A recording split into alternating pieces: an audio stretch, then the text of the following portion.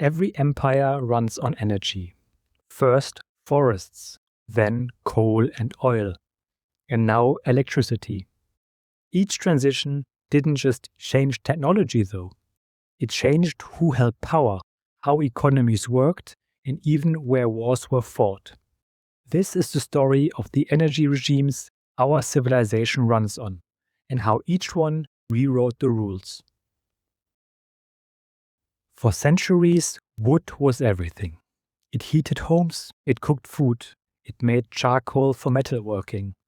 And crucially, it built ships, which were the military platforms of the pre-industrial world. From the Roman Empire to the Middle Ages, wood was the energy people knew and trusted. Rome burned vast amounts for heating and their famous bath. Afterwards, medieval Europe also cleared forests en masse for farmland, castles, towns, and fleets. In fact, by the late 1500s, England hit what historians call an early energy crisis. Demand for firewood and charcoal surged with population growth, printing, and metalworking. Prices spiked. In some places, firewood costs jumped several-fold within only a few decades. This wasn't just economics, it changed landscapes. Regions that are open grassland today were once dense forests. Humanity's hunger for energy and materials stripped them bare. Geopolitically, wood favored maritime states that managed forests like a strategic asset. Venice is a classic case. Its arsenal, often described as the first large industrial complex, ran on timber shipped from alpine forests and tracked in detailed records. Venetian foresters even trained trees to grow curved pieces for ship keels. Their motto: control the forests, control the fleet. Simply speaking, coal is dead plants, buried in swamps and compressed for millions of years. Heat and pressure squeeze out water and gases, and thus concentrate carbon. That concentration delivers more energy in less weight. Sounds trivial, but that is a major breakthrough. Steam power began in the coal mines. As British mines went deeper, they flooded. Investors in the early 1700s built steam pumps to lift water out. Pumps let miners reach more coal. More coal powered more steam. The loop that followed switched on modern industry. Next was the invention of the steam engine train, another major breakthrough. Coal turbocharged especially Britain. Accessible seams and cheap coastal shipping pushed fuel to ports and cities. Factories no longer had to sit on riverbanks. Railways and steamships multiplied the effect. Britain turned coal into manufacturing muscle and global influence. On the continent, Germany's coal and steel regions powered its late 19th century's rise. Industrial capacity translated into state power. This can still be seen today in the Blue Banana model, a famous framework to describe Europe's dynamic economic heartland. Probably worth a separate video another time. Let me emphasize this again. Utilizing coal for mobility was the first time in human history that humans could move themselves and goods around without the help of their own bodies or animals. This alone is a critical turning point in history, impacting almost every facet of life in those days. Water power did not disappear. In many regions it stayed strong. But in Manchester's cotton heartland, it was unreliable. Steam gave factories predictable power where industry wanted to cluster. This is why coal and steam won the core of the Industrial Revolution. Crude oil starts with tiny marine life. Plankton and algae die and sink into oxygen-poor mud at the bottom of seas and lakes. As that organic mush gets buried under sediments, heat and pressure transform it into kerosene, then into oil and natural gas. Oil changed mobility at every scale. Internal combustion engines put millions into cars. Planes crossed oceans. Diesel drove global shipping. The tipping point for the mass car market was the Model T. It was cheap, standardized, and built on the assembly line. By 1917, more than 40% of cars on US roads were Model Ts.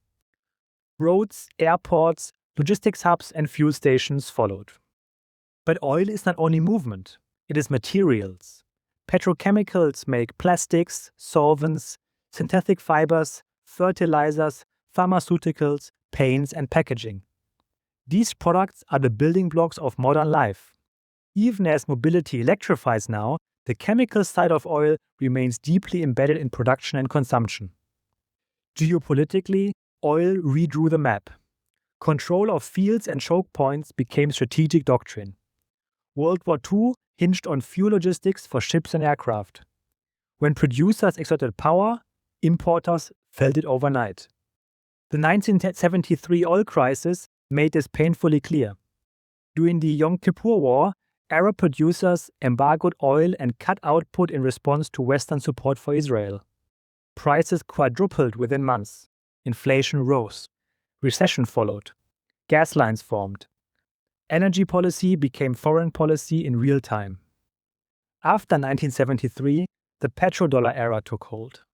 Oil was priced in US dollars. Revenues recycled into US assets, arms, and mega projects. Energy and finance fused into a system that still frames relations among Washington, Riyadh, and Tehran today. And the story keeps moving. China's rise in demand reshaped global trade flows and security priorities.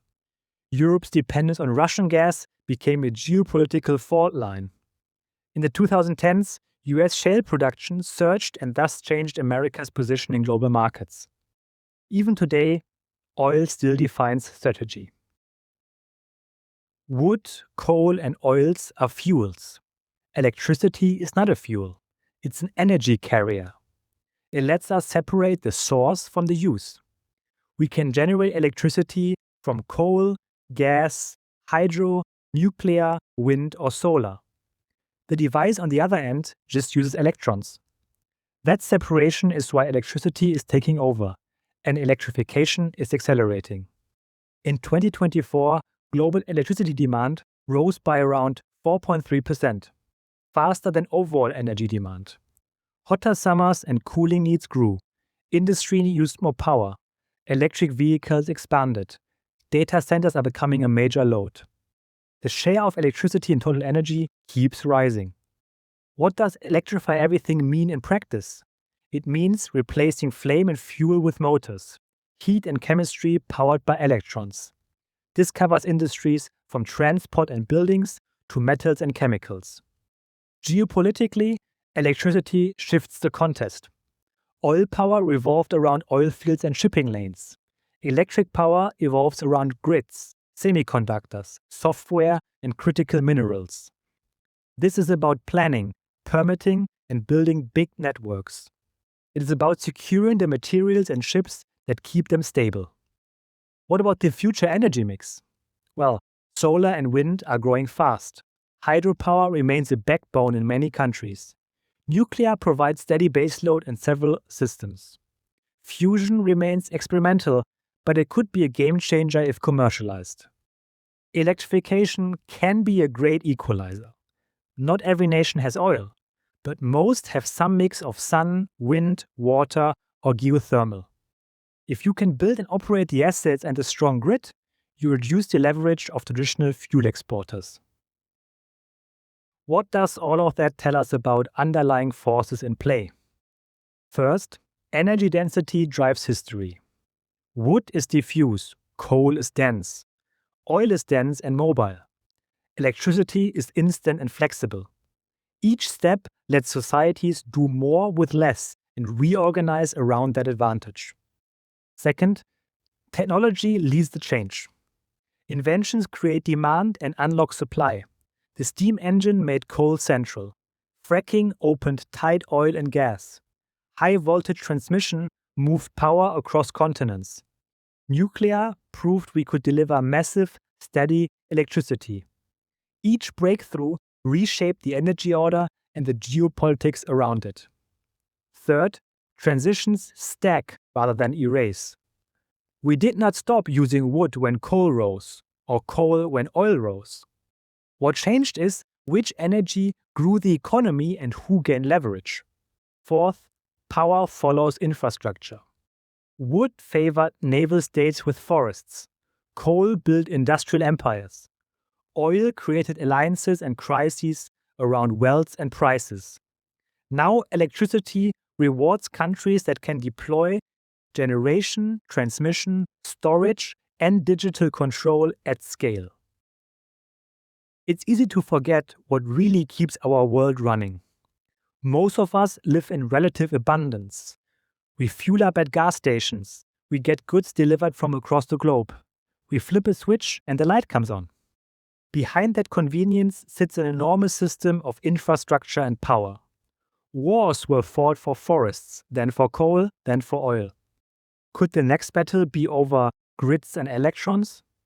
And maybe in the far future, the fight will not be about energy at all.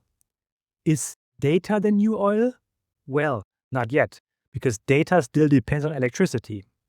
But imagine a world with energy abundance and artificial general intelligence. In that world, information itself, models, algorithms, insights, could become the most valuable commodity. Energy would be cheap, compute would be vast, and knowledge would define who leads. Data may eventually become the top layer of power, the commodity that moves markets and writes the rules. Yuval Noah Harari, author of Sapiens and Homo Deus, even refers to dataism as a potential new ideology replacing humanism. But that is a story for another video. All in all, where does this leave us? These days, energy security is more important than ever. The future, that much is clear, will be interesting. Thank you for watching.